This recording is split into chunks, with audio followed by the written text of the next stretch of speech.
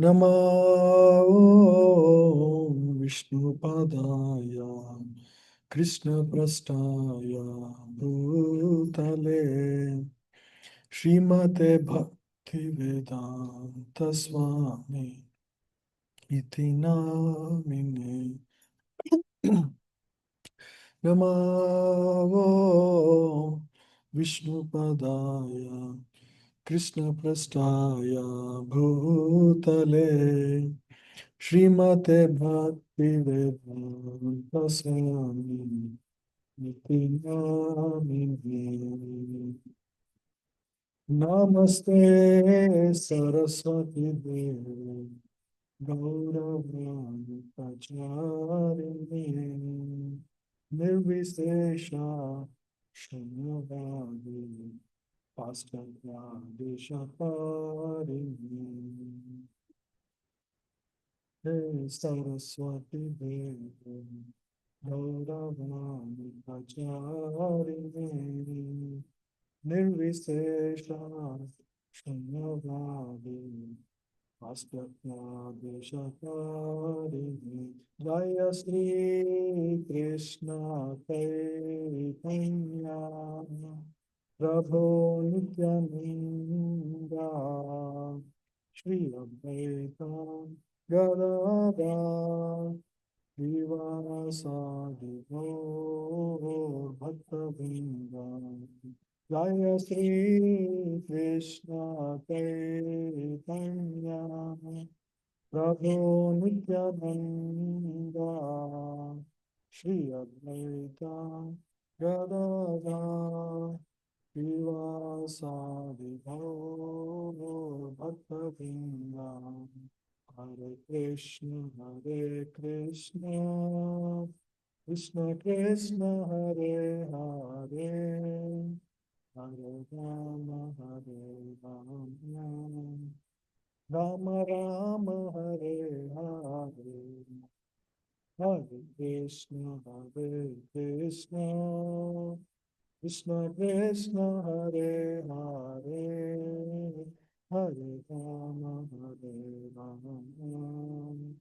Ram Ram Hare Hare.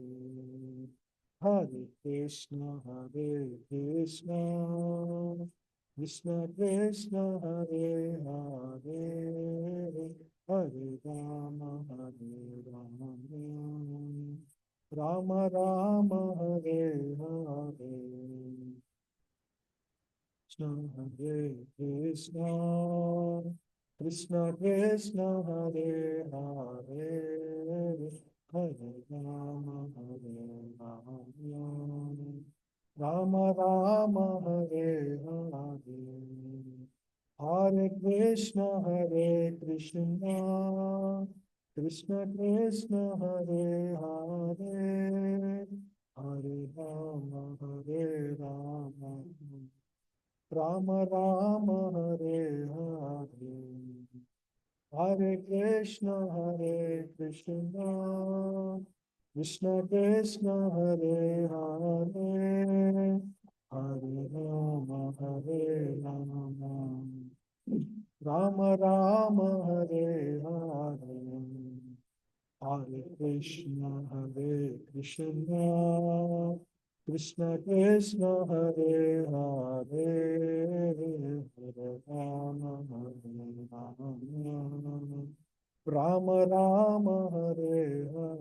Ram Hare Hare. Hare Krishna Krishna Hare Hare Hare Ram Ram Hare Hare. Hare Krishna. Today's strength is low. I don't know why. What happened suddenly?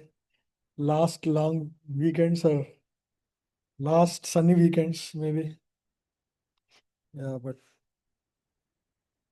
not good.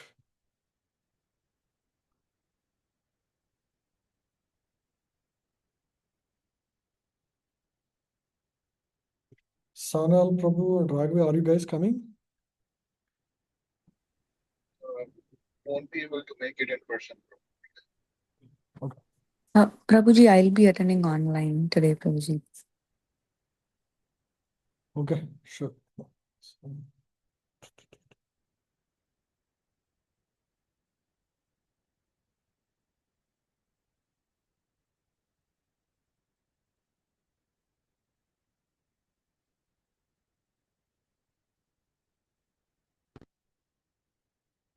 can you see the screen online? Yeah, Prabhuji. Yeah. Okay, so today's topic is a very practical topic. Importance of faith and danger of doubting. Importance of doubting and danger of blind faith, right?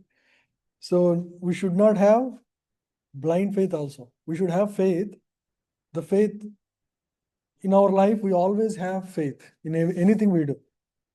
We went to barber shop to cut your hair. He has a knife in his hand, right? You put some faith in him. Otherwise, you don't know what he will do. He can cut, right? Exactly.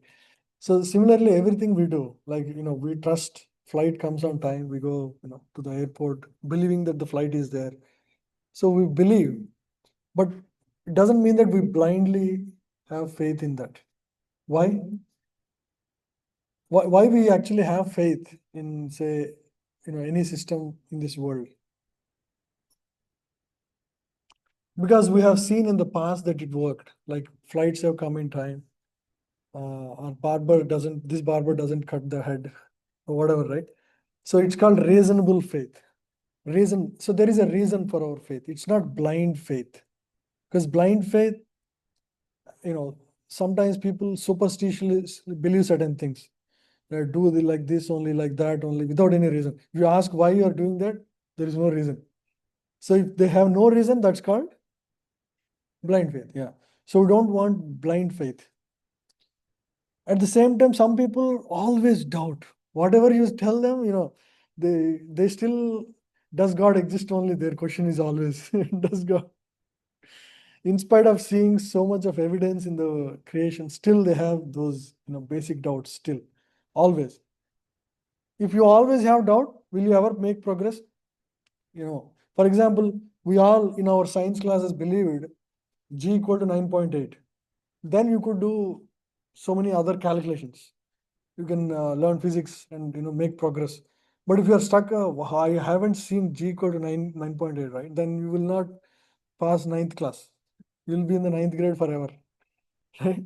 So we accepted at the time, okay, there is a reputed scientist who have put this forward and they have experimentation. I may not be able to experiment today, but somebody did that experiment and they have verified, and everybody in the world believe. My teacher believed he's reasonable, so I believe that.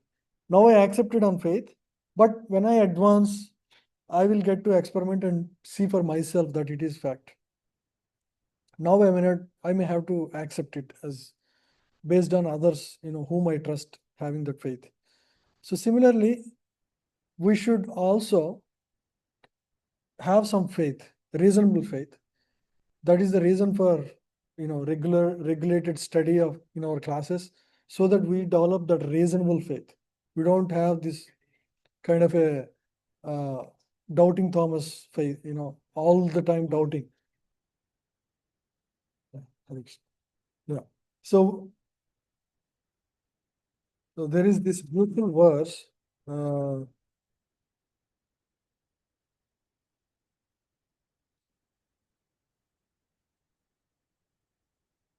Bhagavad Gita. Let me know if you're able to see my screen.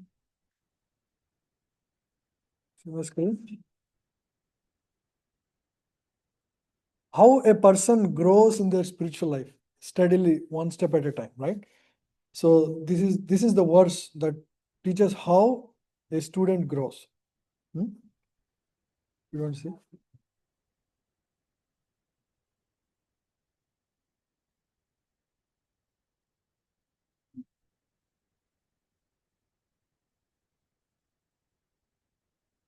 See now? Yeah. Tadvidhi pranipatena. Please read after me. Pariprasnena sevaya upadekshanti. te jnanam jnaninas tattvadarshina. So the meaning, translation, just try to learn the truth by approaching a spiritual master, inquire from him submissively, and render service unto him. Right? The self-realized soul can impart knowledge unto you because they have seen the truth. Right? So in this verse, there are two important things: submissive inquiry, service, both are important. And we should also ask questions. It's not like we just blindly believe the teacher, right? Inquire from him submissively. Inquiry should not be like questioning, oh, does he really know? Like in our school, we question the teacher, right? In our college, it should not be like that. At the same time, it should not be blindly believing whatever my teacher say, I just believe, even though I have my doubts, I don't ask, I just believe, blindly, and then one day I leave completely. So it shouldn't be like that. And rendering some service, something we have to do, then the message gets digested. Yeah. So this is the way to grow in the spiritual life, right? So we have to render some service. That way we grow. Yeah. So this is about the question, the topic we are. Asraddhadana Purusha Dharmasyasya Parantapa Aprapya Mam Nivartante Mrityu Samsara Vartmani. Yeah, so this is what happens to the faithless people. Those who are not faithful in this devotion service cannot attain me. You're coming to the class, but you don't have real faith that this process I am taking is working, is going to work, right? O conqueror of enemies. Therefore, they return to the path of birth and death in this material world, right? So because the reason without faith, the growth will be slow. It will be very little. You have to go at a certain speed to attain the destination, right? For example, one time we were driving from Pune to Mumbai. Okay. On the way, we don't know exactly because we don't have that maps those days. We would inquire. The car driver, would go little distance and then he would ask somebody, and then that guy tells go this way, and then we'll go there, and then ask again. And then we were slow because we are not sure the direction we're going. Slow, slow, slow, slow. And then we met one old person. He knows everything very well. So he's a shopkeeper there. He told us, okay, this is the way you should start. This is where you get U junction, and then from there you go like this. He gave the entire map for us. Right? Now, once we heard that the driver is super high speed. Why? Because now he has the map. He knows exactly, he has the faith that this person gave the right information, and he knows how to go about it. He has full faith in the speaker, and he is putting full effort in the direction. Now he doesn't have to ask anyone. He got the right teacher or right guide, and he is going at full speed. And he got the right junctions as he was telling, and then we just went straight to the place where we need to. So like that, to reach spiritual world also, we need to go at a speed. We cannot just, in our life, if we keep on doubting whether I'm doing the right thing and I'm not taking seriously the process of bhakti, steadily we have to increase our rounds, for example, because that shows that there is a faith in this person to actually, practice the spiritual path seriously. If we're not increasing, we are, steadily we are at the same place where we are like maybe 6 months ago, then we are not really in the steam, right? We are slowed down by it. So just like this, we have to see where our questions are we have to inquire from the teacher and get those answers and steadily move, right? So that way make progress. Yeah. So let's go back to the PPT.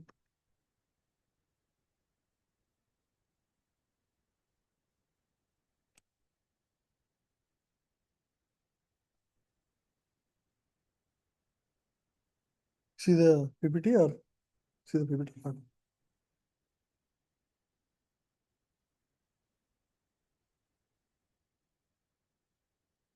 Yeah, let's read this. Yeah, we already read. So one must have sufficient faith. Now we'll discuss about the levels of faith, etc. Why don't you take that, Prabhu, and press that button and read.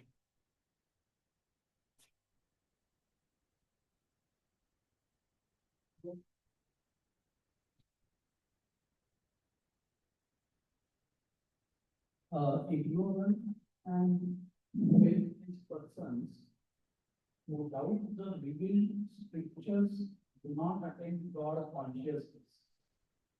They fall down. For the doubting soul, there is a happiness neither in this world nor in the next. Yeah, so this is from 4th chapter, 40th verse, just down after the Tadvidya Pranipata. So this verse says, those who don't have faith in revealed scriptures like Bhagavad Gita, Bhagavatam, right? So they don't attain God consciousness. You must have faith. So then naturally you continue to go in the cycle of birth and death. There is no end for it. And in fact, those who doubt revealed scriptures, because revealed scripture actually tell how to lead a happy life in this world. So one time, there was a person who visited Srila Prabhupada.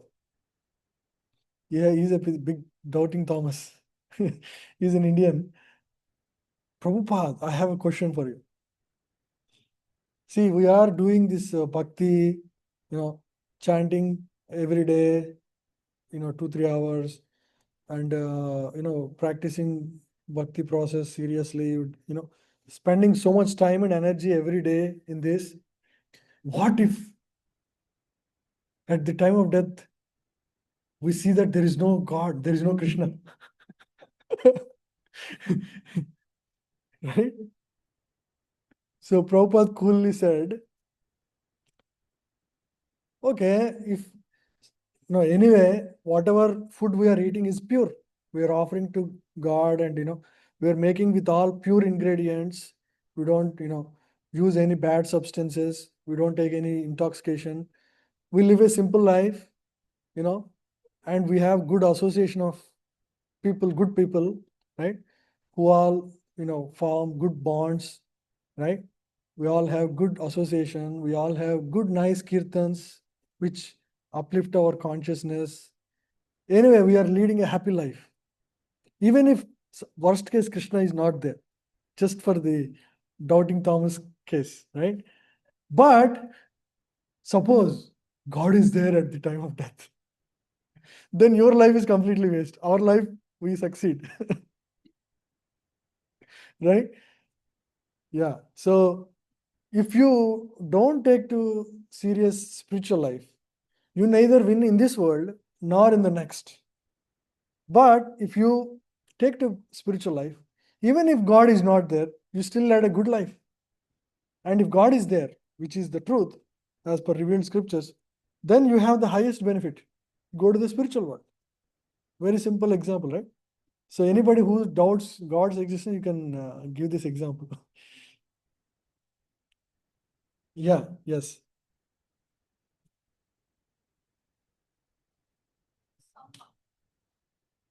Mm. As per the university, Mhm. and during the Bengal or who I'm not able to recall. Oh, So at the time of death, in spite of so much of devotion to God, like was only thinking about that year and next life being around. that is Bharat Maharaj. Yeah, Bharat Maharaj. Yeah, that is a special example because in 8th chapter, it is mentioned actually what happens. how the soul passes from this world. The thoughts at the time of death are most important. They actually create the snapshot for the next life, right? So whatever thoughts exist, that particular story reveals how exactly the snapshot of life for the next life is taken, as per the thoughts at the time of death, right?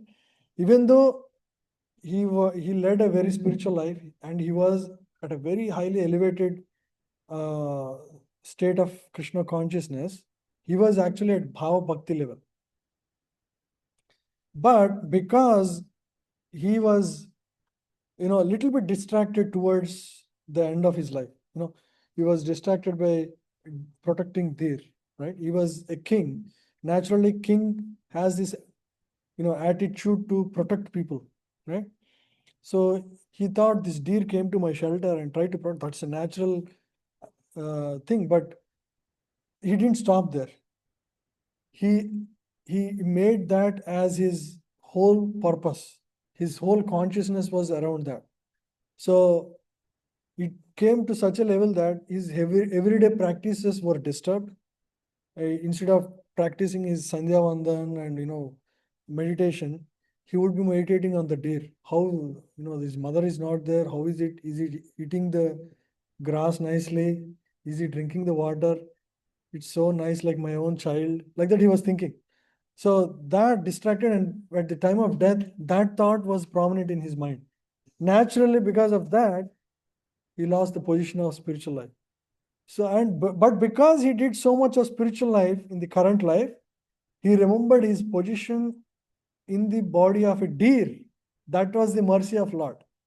You see, even though he lost his position to go back to God, God's mercy is that he remembered his past life. And then what did he do? Even though he is in the body of deer, he would go to saintly people's place. He would watch yajna is going on. He would just watch there.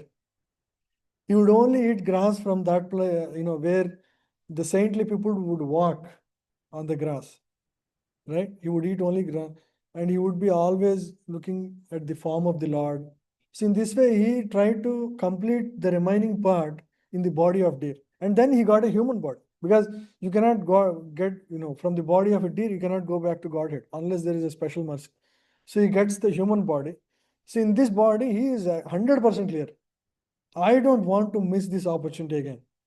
So he purposefully acted very dumb and dumb in that form. That particular lifetime is known as Jada Bharat. So in the form of Jada Bharat, he is absolutely clear about the purpose. He remembered both of the past lives for him. So in this lifetime, he doesn't want to miss the opportunity to go back to God. So he would always be in a meditative state. He would act like a dumb person who doesn't know anything. Everybody would discard him. Everybody would, put him down. So it doesn't matter for him. He would just be 100% focused on his spiritual life.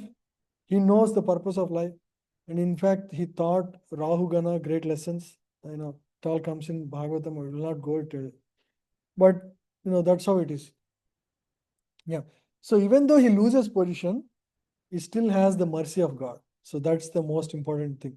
And in eventual 2-3 lifetimes, in this infinite lifetimes is not a big deal. 2-3 lifetimes is a small relapse.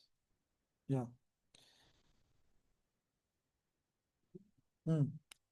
Speak loud.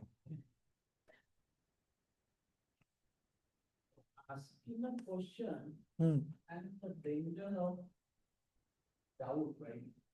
How would we differentiate? So let's say if I start reading any Vedic scripture by putting my first faith, right? Like, okay, I have a faith, I started reading a scripture, right?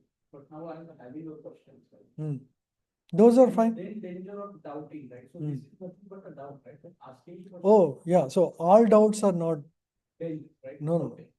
So the doubts which are like you're at the same place after 6 months, for example, you ask something, But after 6 months also you are doing the same, asking the similar questions. It means that there is no change. Questions are always good. Have faith in the teacher who is following, not because of teacher's greatness, but because he is coming in a line of teachers, in a parampara, right? So we should have faith. So at least have faith that the teacher knows. If not, I know, the teacher knows. That's we should have, right? Yeah. The inquiry is always not to pull down the teacher. It's about, I have a genuine doubt. I want to really make progress, but this doubt is blocking my, understanding. So I want to get clarity. So any question is fine as long as that is in a submissive mode to learn. Just cooperation, Yeah, and everybody starts with zero. So nobody knows, right? For example, here you see in the picture here, these are all Americans. And they have no idea who Krishna is, maybe like 5 years ago. Like this is like 1972 or 73. Just 4 or 5 years ago, these people have no understanding of who is Krishna, what is Bhagavad Gita, what is Bhagavatam, what is devotion, no idea. And they haven't seen in their culture, just go outside their, in the streets, they don't see the, the kind of devotion that is being taught here in this room. But they have started from zero and slowly they advanced, right? They have put faith in Srila Prabhupada's, like answering questions, right? Or classes. And then slowly they gained the faith. But now, by this time itself, you can see they're all brahmacharis. Brahmacharis means who wore saffron. They're ready to give their whole life for Krishna. So how this happens? This happened to them because what do you think is the reason why these people who don't have any faith or understanding of culture suddenly transformed, gave their whole life for, bhakti path? What really you think is the reason that changed their life? The faith has increased. And the faith has increased because of what? What is the reason for the faith? Huh? They inquired, yes, and also they have seen people around them. They associated with people who had that faith. Faith is with, initially the faith is completely with Srila Prabhupada. He is the only person who went to the West, who preached the message of Bhagavad Gita. And they put faith, the first person put faith in Prabhupada and Bhagavad Gita and Krishna. And then he, set as an example, rest of the students who started attending classes, they inquired, they grew their faith. And then overall, it started picking up the momentum. They gave their full life. It means that how much conviction you need to have to put your life on the line for this path. In spite of all the education you had, in spite of all the culture you had, in spite of all the faith that you were brought up in, giving up all of that, do you think it is easy? And they're not stupid. I mean, they're all educated, right? And they're all from Western countries, right? They have no idea what culture is brought up, this Prabhupada is brought up, but they're ready to give up. Means they have developed that much faith. So that is spiritual progress. That is serious progress. We all need to aim that, right? So we all need to get there one day. Yeah. So faith is created by the association with devotees who have faith. Devotee means he has that faith. Unless we take one step to gain that faith, I just come and attend class and go and, it won't grow. You have to talk to others who are doing, serious chanting or, ask some questions, how they are doing, how you are able to wake up early, or, I have this question on this, inquire about devotion service. That's how you share understanding with each other or with the teacher or, with those who are already practicing, right? That's how you grow, right? Not by reading bookish knowledge, we don't grow. Only when you meet a person who has that realized knowledge, then we get transfer that realization from their heart to our heart. That is how we grow spiritual life. We don't grow just by reading books. Bookish knowledge, theoretical knowledge won't help us. Yeah. What is the nature of faithless? Continue, Prabhu. What is the nature of faith? Unfortunately, even after hearing all the evidence of Vedic literature from great personalities, still have no faith in God. They are hesitant and cannot stay fixed in the devotional service of the Lord. Thus, faith is the most important factor for progress in Krishna consciousness. Hmm. Maya is one way, other way is Krishna consciousness. Yeah. So sometimes we have this opportunity to hear here, right? Easily. But if we don't take seriously, then we don't really make progress. Right?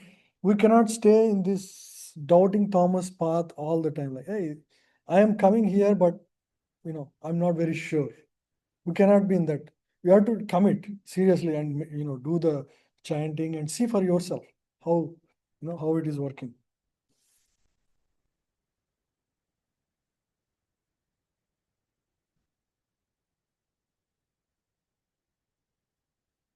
Yeah, in the Chaitanya, what is called real faith, right? You want to read? What is called real faith?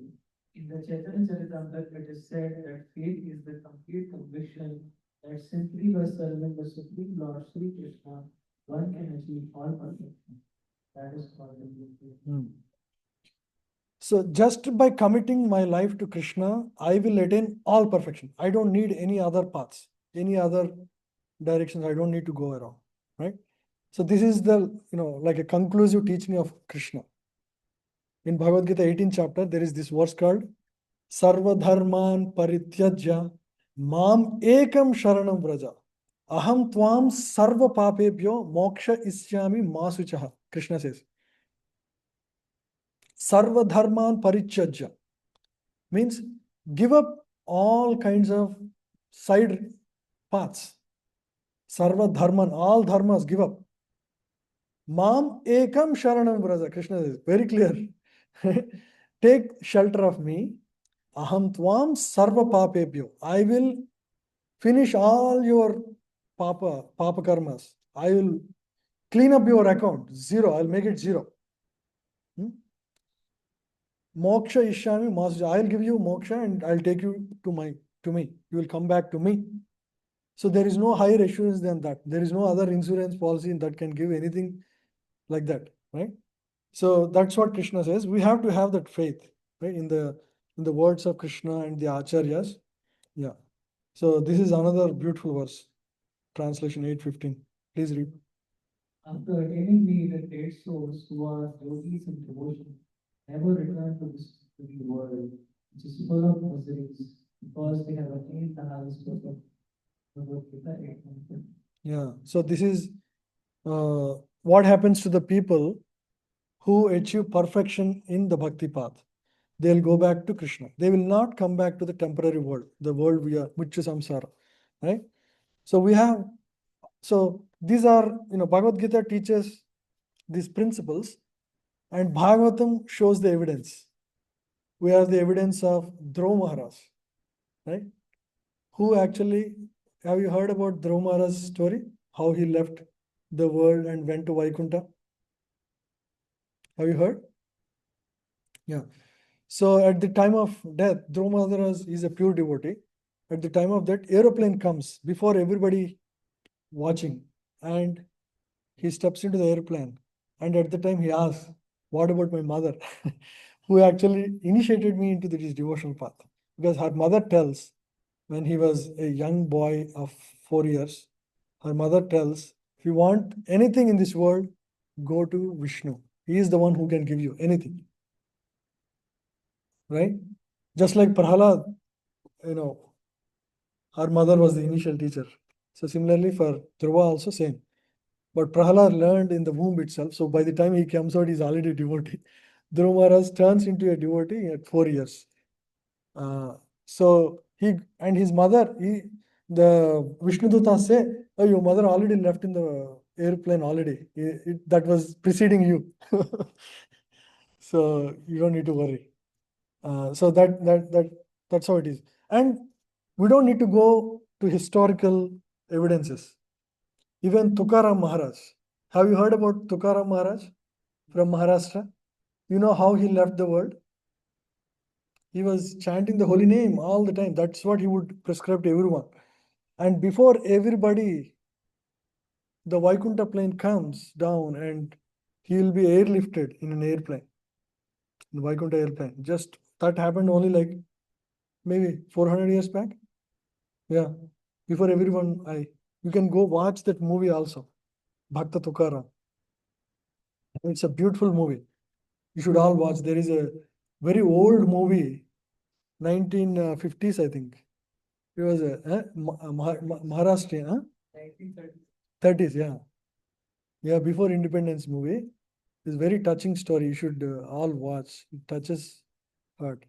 And you know what his primary teaching is? Chant the holy name. This is the highest path. Yeah. So this is a beautiful verse from Srimad Bhagavatam. Yatha taror moola nisechanena moola nisechanena tripyanti tatskandha bhujopashakha प्राणोपहाराच्च यतेन्द्रियाणि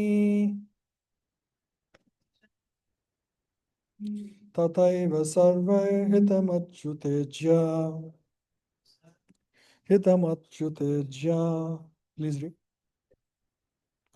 This is a By giving water to the root of a tree, one satisfies its branches, twigs, and leaves. And by supplying food to the stomach, one satisfies all the senses of the body. Similarly, by engaging in the transcendental service of the Supreme Lord, one automatically satisfies all the demigods and all the living entities. Yeah. If you want to grow a tree, where do you water? At the root. So people ask, hey, why are you spending so much money in building a temple? You can build a anadashram or a hospital, right? Many people think like that. It's like watering all the leaves and branches, right? But if you water the root, the whole tree is nurtured. So similarly, when you have, so temple is a spiritual hospital for the soul. For body, you need a hospital, temporary body, but body is a temporary thing. What about the soul? Soul also needs hospital. There should be a place where pure spiritual knowledge is spread and a path for that soul to go back to Godhead should be there. So that's exactly what our temples are. It's not a ritualistic place. If you look at our Hare Krishna temples, they are places of education. There is a class every day in the temple on Srimad Bhagavatam or Bhagavad Gita. There is prayers to Lord every day at scheduled time. It's not like randomly they do, right? Their Lord is seen as the king and he is offered bhoga 6 times a day. He is rested, he is bathed. So there is a proper process in place. Why? Because that's how people get the opportunity to see the God and they grow spiritually, right? And they learn the wisdom by talking to the people, attending the classes. So the temples are perfect places, are like hospitals for the soul, right? So we need hospital for the body. More importantly, we need the hospital for the soul. Somebody should do that. If nobody is doing, somebody has to do it. So that's what Srila Prabhupada did. And it is like watering the root. If you want to nurture your body, what do? Do you feed food from your ear or eyes, nose? So, when Prabhupada was telling this example, somebody, from the audience said, Prabhupada, sometimes, doctors feed from the, buttocks. Then, then Prabhupada said, yeah, that is a diseased condition. If somebody is normal health, nobody feeds from back. Feeding is always from the mouth, right? Yeah. So that's a special case. It's not the normal. So once you eat and the stomach is full, the energy is supplied for the entire body, right? We don't need to specifically feed the hand, leg, eye, ear. Yeah. So worshipping God, God is the wholesome thing. Take the name out, for example, Krishna. The personality we are worshipping is the wholesome. That's the absolute truth, right? You call it name by name Krishna and worship in person, relate to him. But if you take that fact out, you are actually worshipping the absolute truth, right? Even if you are, don't have full faith in that, at least you understand that that wholesome is what you are actually worshipping, right? So by serving that, you serve everyone. Just like in the case of, we have this example, right? When Draupadi had to serve Durvasa. You all heard the story. Durvasa Muni had 50,000 disciples. One time he comes and asks Pandavas to serve when they were in actually Aranyavas, when they were in the forest where they have not enough supplies to serve people. Durvasa goes with 50,000 disciples and inquires Pandavas, we will be coming in next 30 minutes, arrange food for us. And 50,000 of us are there. He just goes and they go to the river to take a bath and get ready for lunch, and then Pandavas don't know what to do. Durvasa Muni is known to be angry, and we don't want to anger a sage. And Draupadi has this special Akshay Patra. Just by asking Akshay Patra, every lunch it serves. They don't need to cook. Pandavas never needed to cook. Draupadi just asks the Akshay Patra, and Akshay Patra gives enough food for all the Pandavas and Kunti. Now that day they just finished lunch. And she already washed the vessel, Akshay Patra, and she put it for drying. And suddenly these people come. Then Draupadi had no option. What did she do? Krishna Sharanam Mama, I don't have anybody except you. She remembered Krishna. And then Krishna immediately appeared there. And he says, Draupadi narrates the whole story. Krishna already knows the whole thing. And then he says, okay, I want some food, give me some food. Then Draupadi says, are you kidding? Are you joking? What is going on? We're already in big trouble. Now you're asking us. We never cook here. We only ask Akshay Patra, and Akshay Patra provides us the food. Then Krishna says, maybe there is something. Go check the Akshay Patra. There is something. Please give me. And then Draupadi doubtingly goes to the Akshay Patra and checks that there is a small vegetable stuck somewhere. Krishna, this is all I have. She opens that Akshay Patra and gives that small stuck vegetable, takes out and gives to Krishna. Krishna is very happy. He just eats that little vegetable that is stuck in the Akshay Patra, and he says, I am now satisfied fully. Right? And all the sages, all the 50,000 disciples along with Durvasa Muni, they feel their stomach is full suddenly, all of a sudden. And they look at each other and they don't know, now they don't want to go back to Pandavas. Right? They just step out and their bellies are so full. And Durvasa Muni, says, we should do something now because we can't go back. They are preparing for all of us. We can't go back.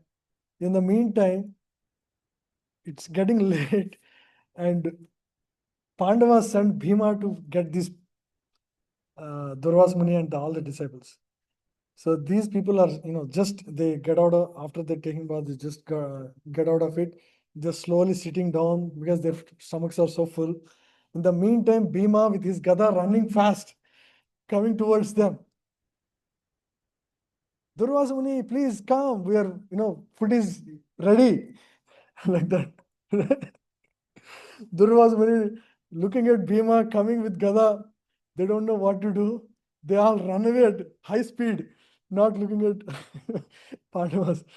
And Bhima would try to catch them, and then finally he realizes, okay, these people don't want to eat now, and he goes back. So that's how, just by satisfying Krishna, everybody in that group were satisfied. So similarly, when Krishna is satisfied, when Krishna is made the center of life, and Krishna is satisfied, then every other need is taken care. We don't need to separately endeavor or worship a separate demigod or any other methods of worship. We don't need to accept. Just by satisfying Krishna, one will satisfy anything. No, Krishna provides everything we need. Please read. What is called real faith? Therefore, after reading Bhagavad Gita, one should promptly come to the conclusion of Bhagavad Gita. One should give up all other engagements and adopt the service of the Supreme Lord, Krishna, the personality of Godhead. If one is convinced of this philosophy of life, let us faith. Yeah. So one should develop that faith. So faith is a gradual thing. It's not like, tomorrow I'll have 100% faith and I will completely become fully devoted to Krishna and do everything in the name of Krishna. It's a gradual process, right? As we come in the association of devotees, as our doubts vanquish, as we take to the spiritual path seriously, chant the holy name, especially early in the morning, right? If possible, in the association of devotees, right? And regularly hear Harikatha or the pastimes of Lord and the teachings of Lord. Slowly and steadily we grow in our faith, right? So that's what differentiates, right? One would start with zero faith or maybe little faith, right? Shraddha is the initial phase. Little faith you have. You don't really trust.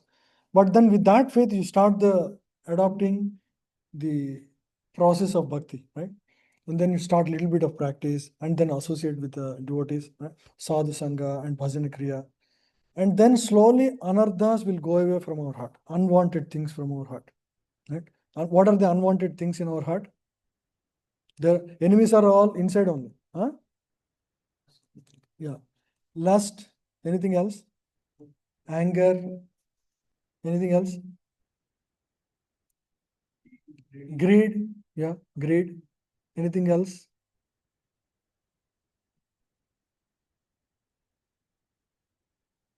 Lust, greed, anger, envy.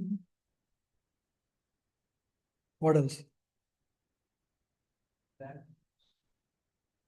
Bad habits is part of lust, you can say. Yeah. Yeah.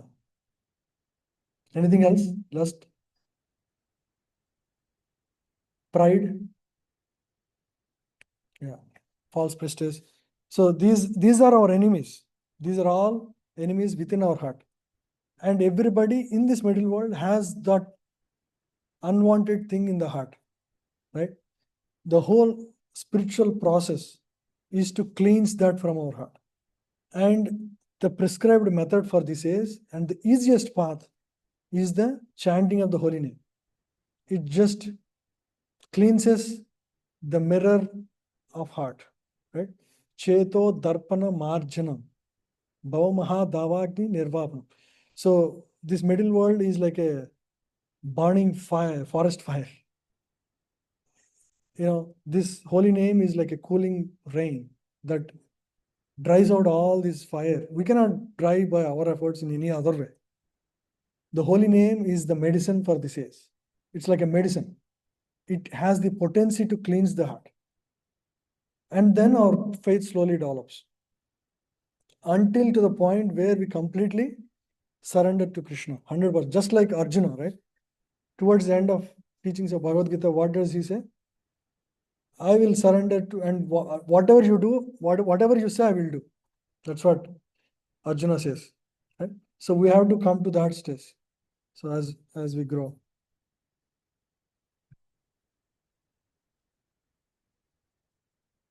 Yeah, want to read three divisions. Three men, three divisions of Krishna consciousness.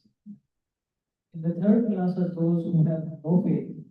Even if they are officially engaged in devotional service, they cannot achieve the highest perfectional stage. Most probably they will slip after some time. They may become engaged, but because they haven't complete conviction and faith, it is very difficult for them to continue. Yeah.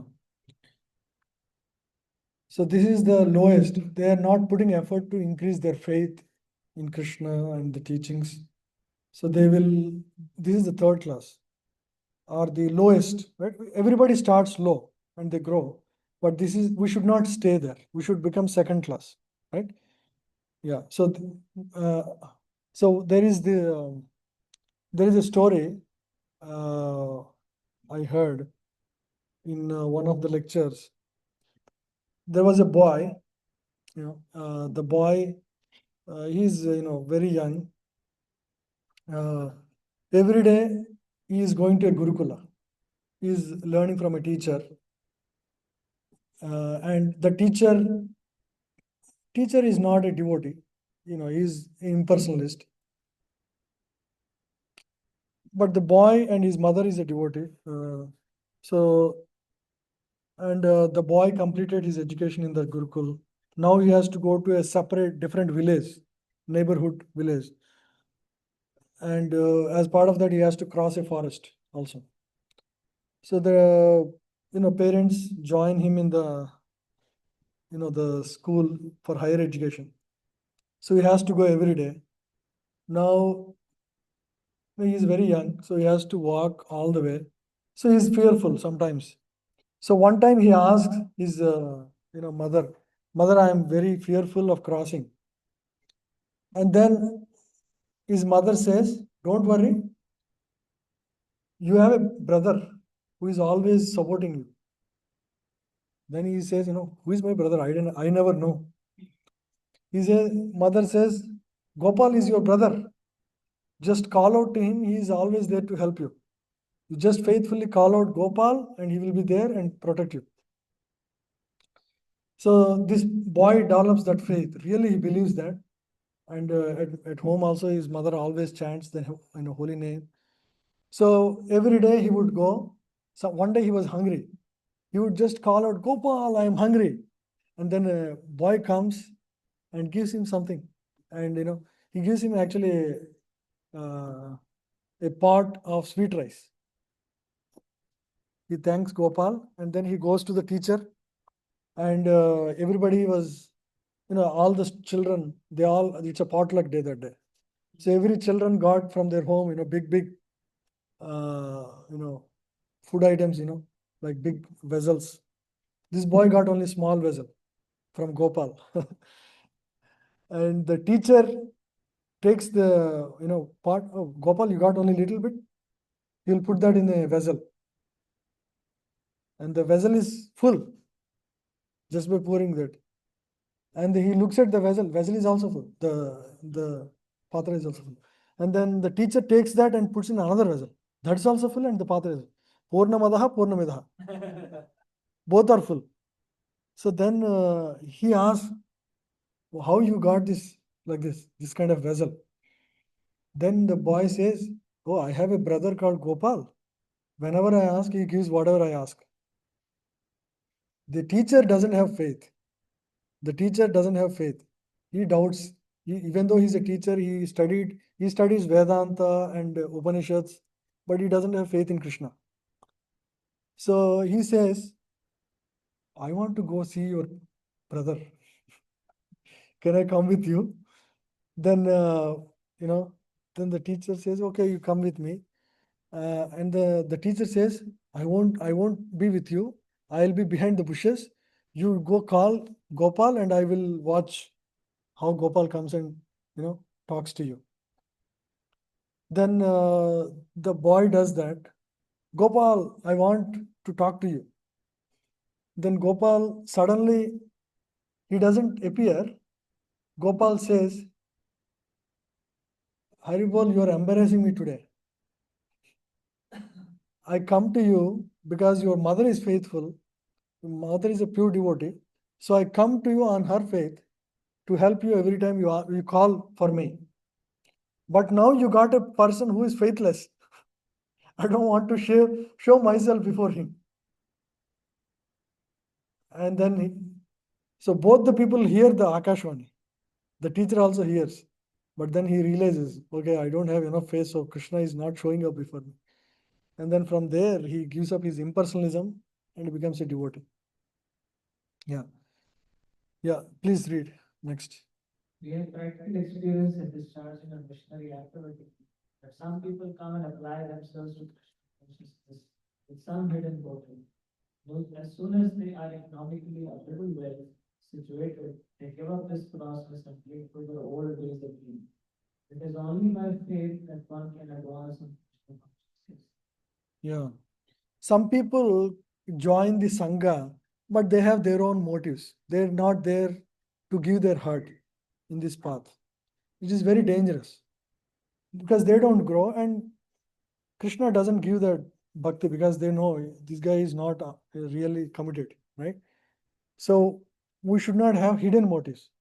Some people even have material motives, like gross material motives. So I remember like once in Hyderabad, there was one boy, he was, he was talking to me. Whenever I'm in temple, he would talk to me.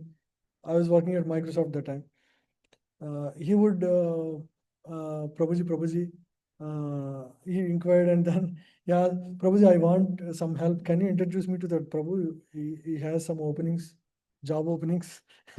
So I connected him. He got the job there. Yeah, he's an industrialist actually. He got the job there. He was working there. So this boy would come to our classes, 3, 4 classes he came, and after that he stopped.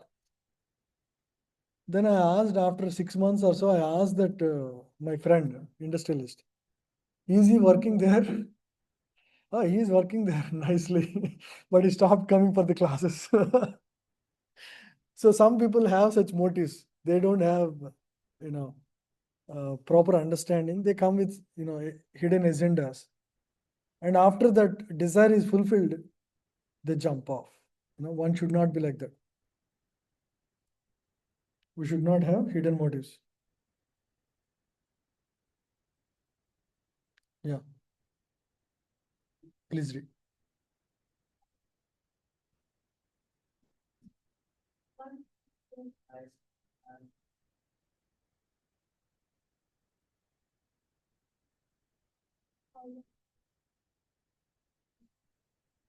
Yeah.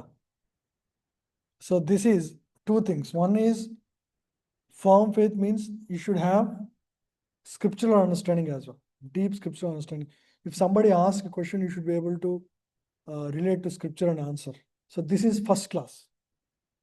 You have by practice as well as by study and understanding, by inquiry from teacher, by service, you have developed deep faith and deep understanding both, right? So these people are unshakable. They will never go back to giving up Krishna consciousness. Yeah. This is first class. Next.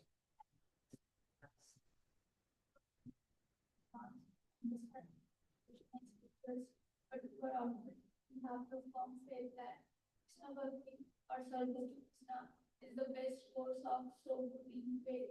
Have faith in him. Yeah. So the second class is people who have faith in the process. They know this is the most important thing I need to do. This is the real perfection of life. But they haven't studied scripture. They're still studying, they're learning. Their convictions are not very strong, but they know this is the path I want to take. Right? So they're clear in their path.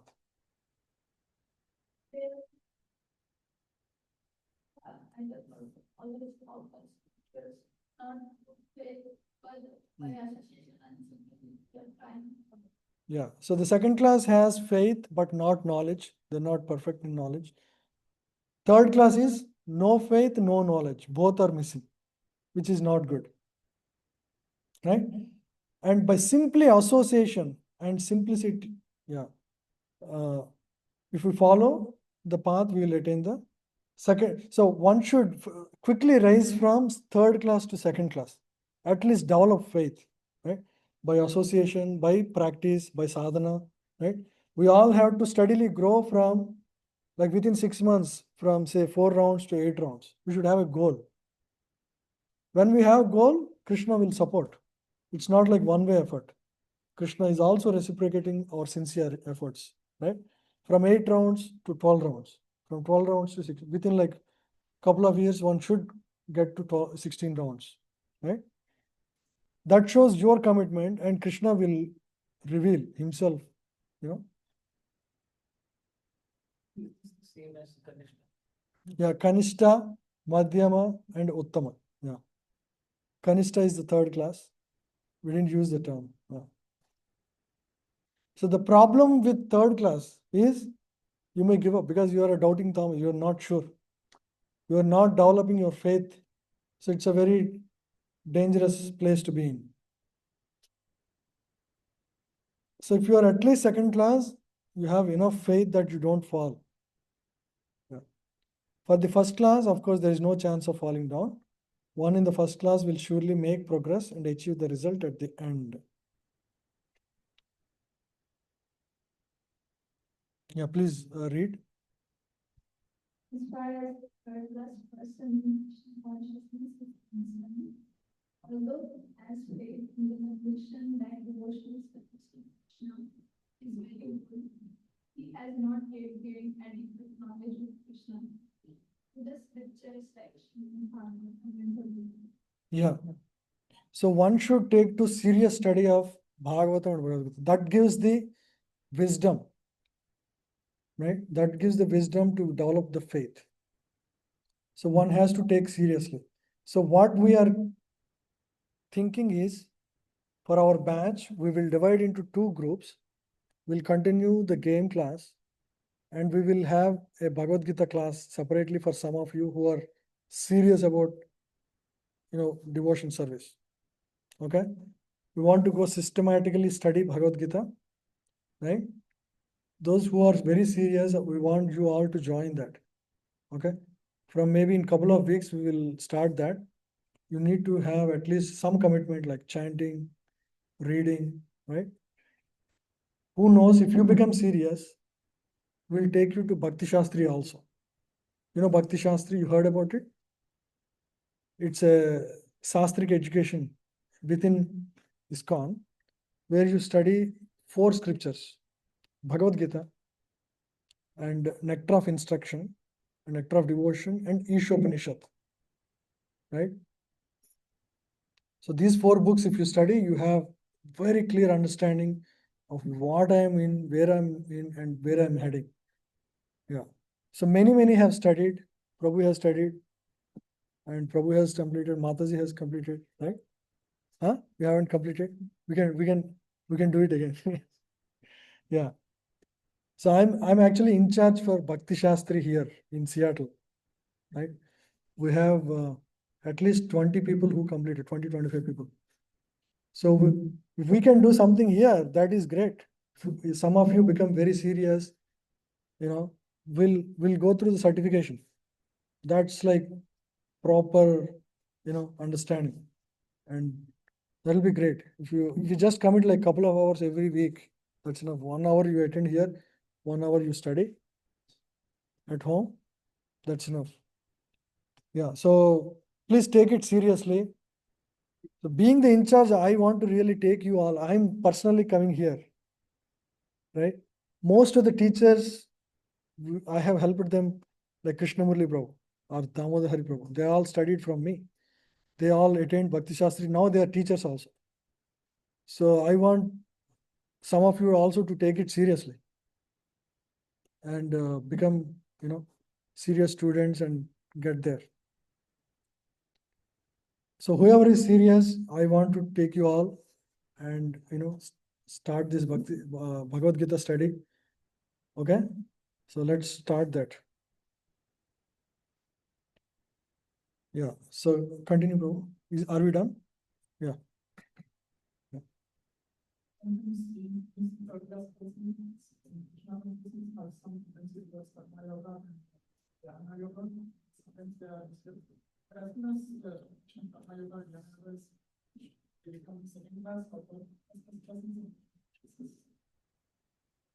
Yeah.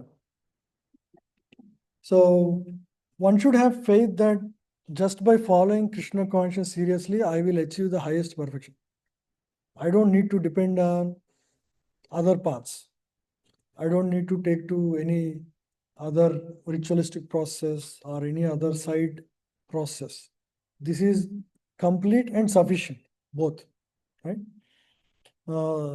Some people have this, tendency for Jnana Yoga, reading Upanishads to get develop that faith.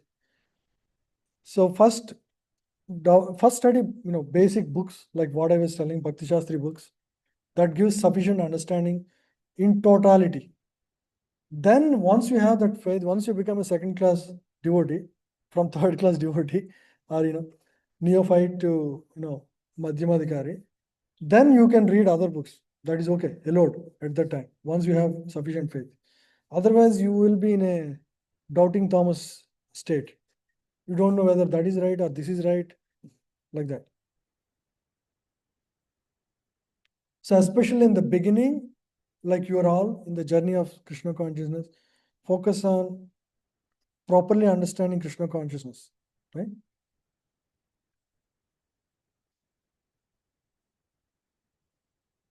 I think this we already read, right? Yeah, read the translation.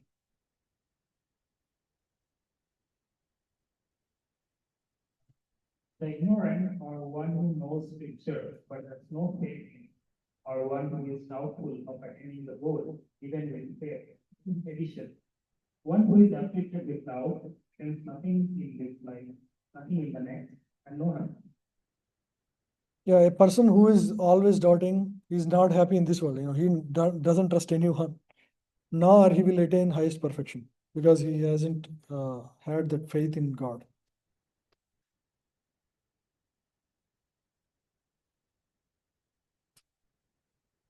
Yeah. So this is from Baladev Vidyabhushan's,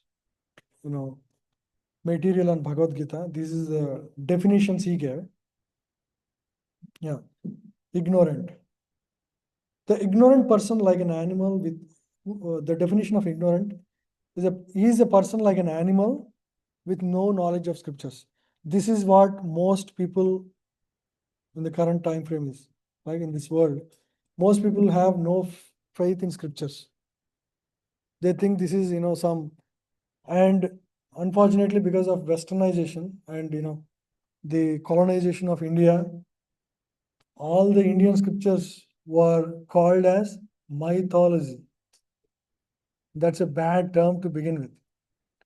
It's not mythology, it's history. Puran means what? Old history. The word Purana literally means old history. Never is it mentioned as mythology or anything, right? So that to begin with itself it is wrong. And there are these Sanskrit scholars from West who actually, even our Indians call our own scriptures as mythology, unfortunately. And they just by calling that, they think that all these incarnations, they're all like fluke, like imaginary stories. They don't have faith that actually Lord Vishnu came. Yeah. I'm glad you said about the word mythology. Until many years, I myself used to use the word mythology very often.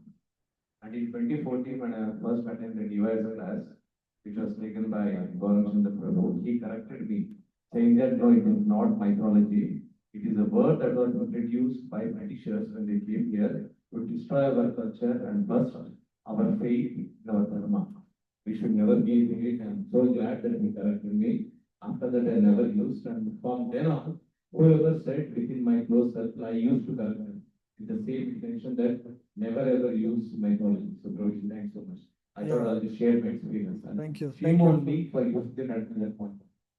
Many of us use that, right? All of us used, because that's what books say that. Mythology, Hindu mythology, they say like that. That's all absurd. Huh? Yeah. Who people, right? Yeah. So that is the problem. They use. Actually, they don't even understand the word. This, Meaning of the word mythology. yeah, Yeah, exactly. many people don't even know. But they know that this is a myth. Myth means what? Untrue. It's a imaginary story to tell a point. Yeah, that's the unfortunate. And actually, our education system is called a Macaulay education system. Have you heard about it? It was introduced by Britishers in 1800s, early 1840s, like that. And the whole purpose was to, because they saw that these people, there are so many gurukulas, though, like thousands of gurukulas everywhere. Unless we break them, the Indian people's faith in their own education system, we cannot really conquer these people. And they want to spread their religion also. You know, all the Puranas, they translated into English. And in that, they predate that to something like 1400 or 1300. They'll never predate to 2000. You know why? Because that's when Jesus is born. They want to show that everything Indian has come after Jesus Christ, not before. But actually, our history is what? Bhagavad Gita is spoken 5000 years ago. And Puranas have history of lakhs of years. Bhagavad Gita originally was spoken to sun god lakhs of years ago. They want to put our history as something that started or after their history. They want to put their history ahead of us. You see how their mentality is. So this is the unfortunate state. And all of us have studied. In all our history books, what do you see? Aurangzeb story, Akbar story, Birbal. Did you ever hear about Prahlad, their devotion? Nothing. Or Shivaji Maharaj devotion? No. Even Shivaji Maharaj they could have introduced. No. It's all, how Shah Jahan destroyed Hindu temples.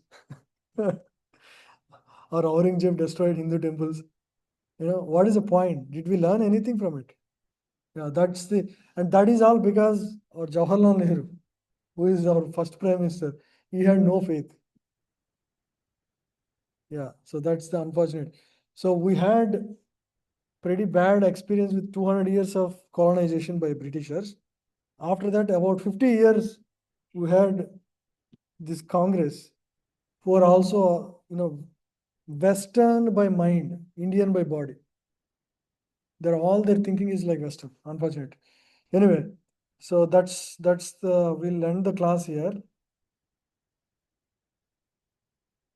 Yeah.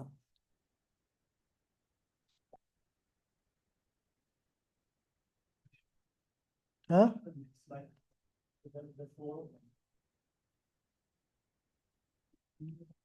Where is yeah. Next slide, 1 second. So ignorant is the lowest, faithless is the next one. Doubting. No, I think that is within, this is just definition of Kanishta Madhyama. Oh, the 4 types of Ashraddha Dhana Purusha.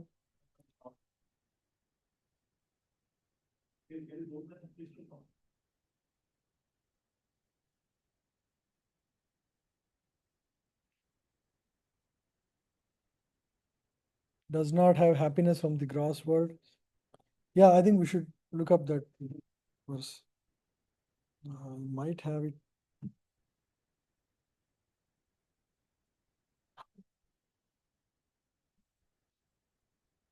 The 4 types of people who are always doubting, right? Is that what you are? Who do not take devotion? Yeah.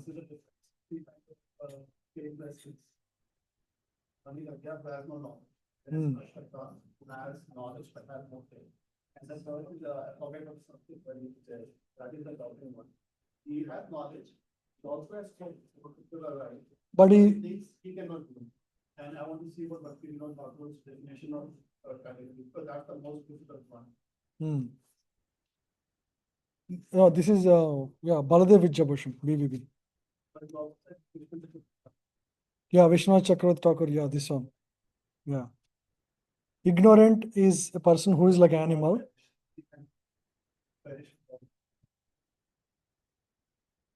In spite of having knowledge of scriptures, have no faith, since he has a quarrelsome nature, has the doubting nature, faithless. So Ramanuja says the faithless are one who has no faith in developing this knowledge taught to him. He is hearing the class, but he is not developing faith. So who does not strive to progress quickly? Because he still has some doubts in the heart. Some, even though they have knowledge of or can recite passages from revealed scriptures, have actually no faith in these words. They may have faith in Bhagavad Gita, but do not believe in worship of Supreme Lord. Samshaya, yeah. Samshaya is the next level. Doubting. The samshaya means doubting. Yeah, the word samshaya means doubt. In spite of having faith, doubts if we can attain the perfection. Yeah. So he has faith, but still doesn't believe in Supreme Lord. Yeah, Sahasra said. No, he may do it.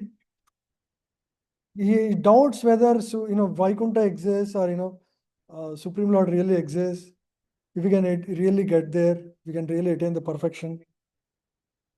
This means he deviates from his own interest. Doubtful person does not have. Part of third one. Yeah.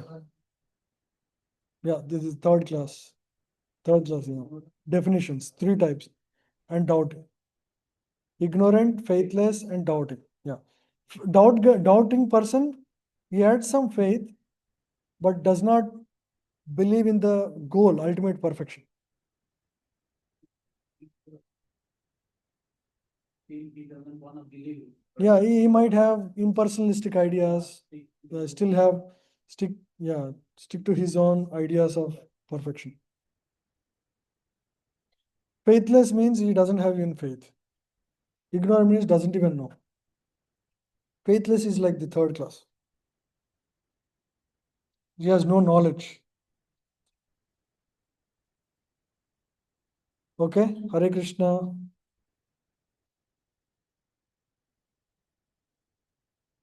We'll end the class.